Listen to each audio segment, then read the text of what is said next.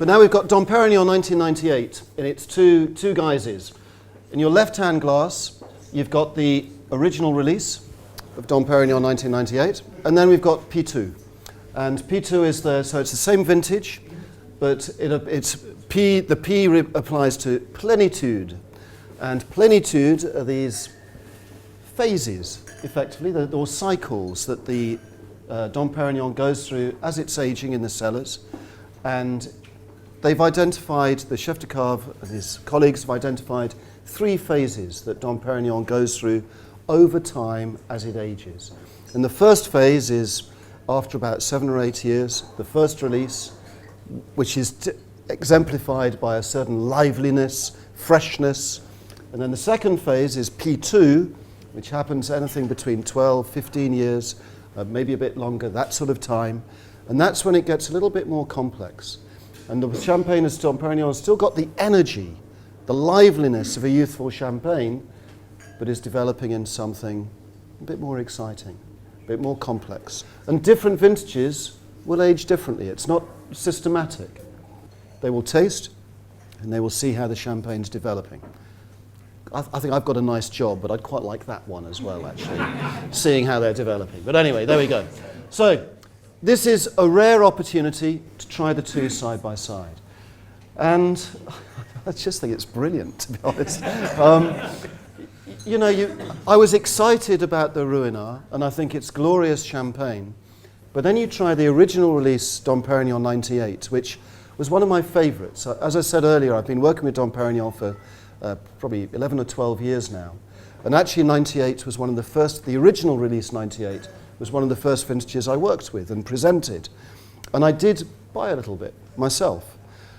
And over the last 2 or 3 years, it's the vintage I've been drinking.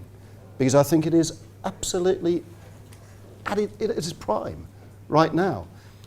6, 7 years after release is when it's really hitting its prime. And I know most of it's going to be drunk younger than that, of course. But for those who really appreciate a bit more complexity, a bit more flavour, a bit more depth and a bit more finish on their champagne, that patience is really worthwhile, I think. I find that it's got other dimensions that are coming into play. There's a sweet spice, almost a ginger note. I actually find the fizz, although it's really well integrated, it sort of bounces a little bit. It's like a trampoline on your tongue. There's just a bit more spring in the fizz, and I find it's a little bit livelier on the palate, which I love. It's like, you remember Starburst and that sort of thing, which it does, it explodes on your tongue. And good champagne, the flavours, those bubbles, they help the flavour. They help spread the flavour in our palate. And I think that works really well with this 98 at the moment. And yet, at the same time, although I think this is, I find this has got just that little bit more liveliness than the Ruinart had. I'm not saying it's necessarily better champagne. I'm just saying that it's just slightly different in style. And I also think that the Pinot Noir element, and there'd be about, I think there's about 45% Pinot Noir in the 1998, that adds a little bit more vinosity, a bit more depth, a bit more, just grips your palate a little bit more on the finish.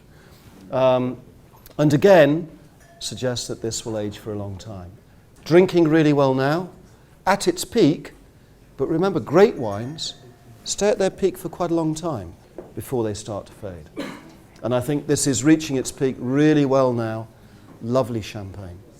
But it is quite mature, and I'm smelling those sweet spice notes of a mature champagne. Now with the P2, and the key difference is that the 1998 has matured in the bottle without the lees. And P2 hasn't been aged in the bottle. It's been aged in the bottle, but in the cellars, still with the lees in the bottle. And it does change the process, and it ages more slowly. Now, just because it ages more slowly doesn't necessarily, on its own, make it better. The champagne still needs to have balance and drinkability. What I find with this is, one, it looks a little bit paler, which is what you would expect from a slower aging process. Aromatically, it's really interesting because it's taken on some of those mature notes, but there's still fruit notes. I find sort of orange peel and candied fruit characters on the nose.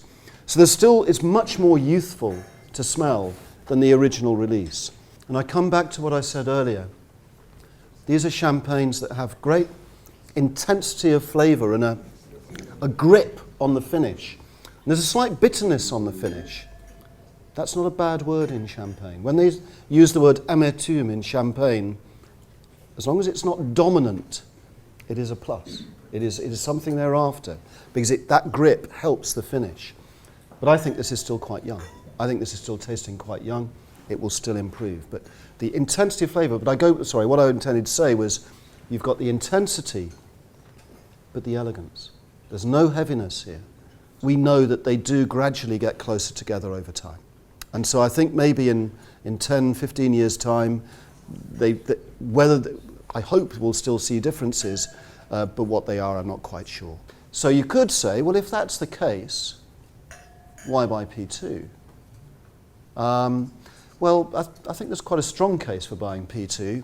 One, it's available at the moment, whereas the original release 98 probably isn't.